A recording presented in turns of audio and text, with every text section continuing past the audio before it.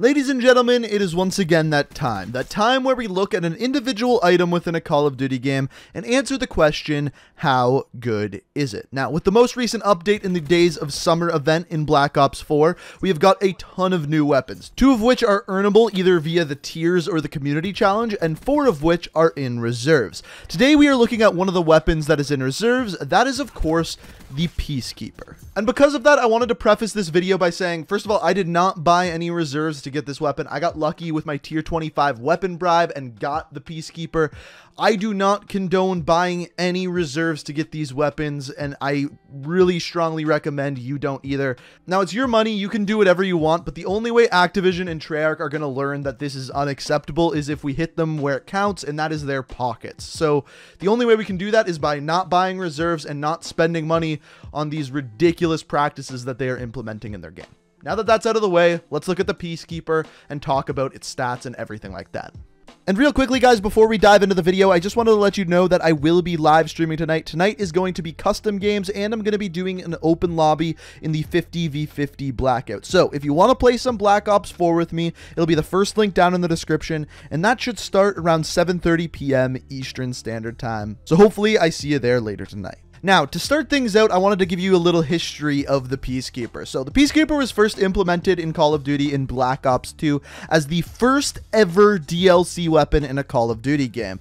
It was given out free to season pass holders or if you bought the map pack, which I'm not going to lie is a way better system than they have implemented now. Now, the interesting thing about the Peacekeeper in Black Ops 2 is that it was not an assault rifle. It was actually an SMG, and for that matter, it was a low damage, high fire rate SMG, and it was kind of just an average weapon. It wasn't the best SMG in the game, but it definitely wasn't the worst as well. The weapon was brought back in Black Ops 3 as an assault rifle called the Peacekeeper Mark II. And as far as this weapon went, it once again was not the best assault rifle in the game, and it was not the worst. It was comparable to the ICR, a very low recoil, middle-of-the-road damage kind of weapon. And here we are in Black Ops 4. The Peacekeeper once again returns, not as the Mark II version, but just simply the Peacekeeper. In this game, it is once again an assault rifle, and I'm not going to lie, before we even get into it, it's pretty damn good. I've played with it a pretty substantial amount, and almost every game I've played with it, I've done very, very well. The question is why and exactly how good is it? And also, by the end of this video, we're going to discuss whether or not this weapon is pay to win or not. So first things first, let's start out with the biggest stats. Overall, the damage really isn't that great on this weapon. It goes 34, 32, 29, 27, which equates to basically a 5 to a 6 bullet kill, which for an assault rifle in this game is pretty standard. Now, as far as the range, like I said, there is only the 1 damage drop off between 5 and 6 bullets, and this is where it happens right about here, which I would say is around average, maybe a little bit below average for the assault rifles. However, what makes up for this is the fire rate of the Peacekeeper. It is a normal fire rate of 700 RPM. Keep in mind that these are hand-tested stats, so they might be a little bit off, but with rapid fire, the fire rate goes all the way up to 750 RPM, which, if you know anything about the assault rifles in this game, is the best fire rate out of any of the assault rifles. That is right, even better than the Maddox. That being said, the Maddox doesn't have anything like rapid fire. So now that we know the damage and the fire rate, we can now look at borderline the most important stat on any weapon, the time to kill. So the time to kill before the damage drop off is 343 milliseconds, and after that damage drop off we looked at before is 420 milliseconds, which compared to the other assault rifles in the game is basically the 3rd best assault rifle. However, as we mentioned before, this weapon has rapid fire as an attachment you can use, and with rapid fire, the time to kill drops down to 320 milliseconds up close and 400 milliseconds at long range, which is the 2nd best out of any of the assault rifles. However, it can still not compete with weapons with high caliber. Because this weapon doesn't have high caliber, you're going to get a better time to kill with weapons like the Rampart or even the Vapor if you're getting headshots. So because of that, it kind of falls as middle of the road. However, it is really, really consistent. Because you don't have to rely on headshots or upper body shots, you can shoot someone wherever and you're going to have a consistent time to kill. And as I mentioned before, it's still like the 3rd or 4th best time to kill, even without high caliber. So that's a really, really decent time to kill. So not the best time to kill, but some of its other stats that we haven't looked at yet really do make up for that. First of all, aim down sights time and sprint out time. So the aim down sights time and sprint out time for this weapon are 250 milliseconds, which is actually the best in class. The best out of any of the assault rifles, best aim down sights time, best sprint out time. Now, because of these stats, it actually allows you to play a little bit more aggressively with this assault rifle, which may be one of the reasons why I found using this weapon so enjoyable. Now, the magazine size on this weapon is kind of small at 32 rounds. The average for assault rifles in this game is about 35 rounds, so just a little bit low on that front. However, you can use hybrid mags to bump that up to 42 rounds. Speaking of hybrid mags, the reload speed on this weapon does make up for those lack of rounds, as we talked about before. The reload speed is 1.4 seconds, which is actually good for an assault rifle in this game. And then with hybrid mags, it bumps that down to 0.95 seconds, which is actually on all fronts the second best out of any of the assault rifles. Now, I keep saying second best, third best. I haven't said best once when we were talking about anything, but that's kind of okay when it comes to this weapon, because there is no bad stat on this weapon. The reload speed's good, the damage is good, the rate of fire is good, everything is good on this weapon. And normally, when you have a weapon like this, the way to balance it is by making one stat bad. For example, the ICR is super accurate and has a pretty average damage. However, it has a slower fire rate to make up for that.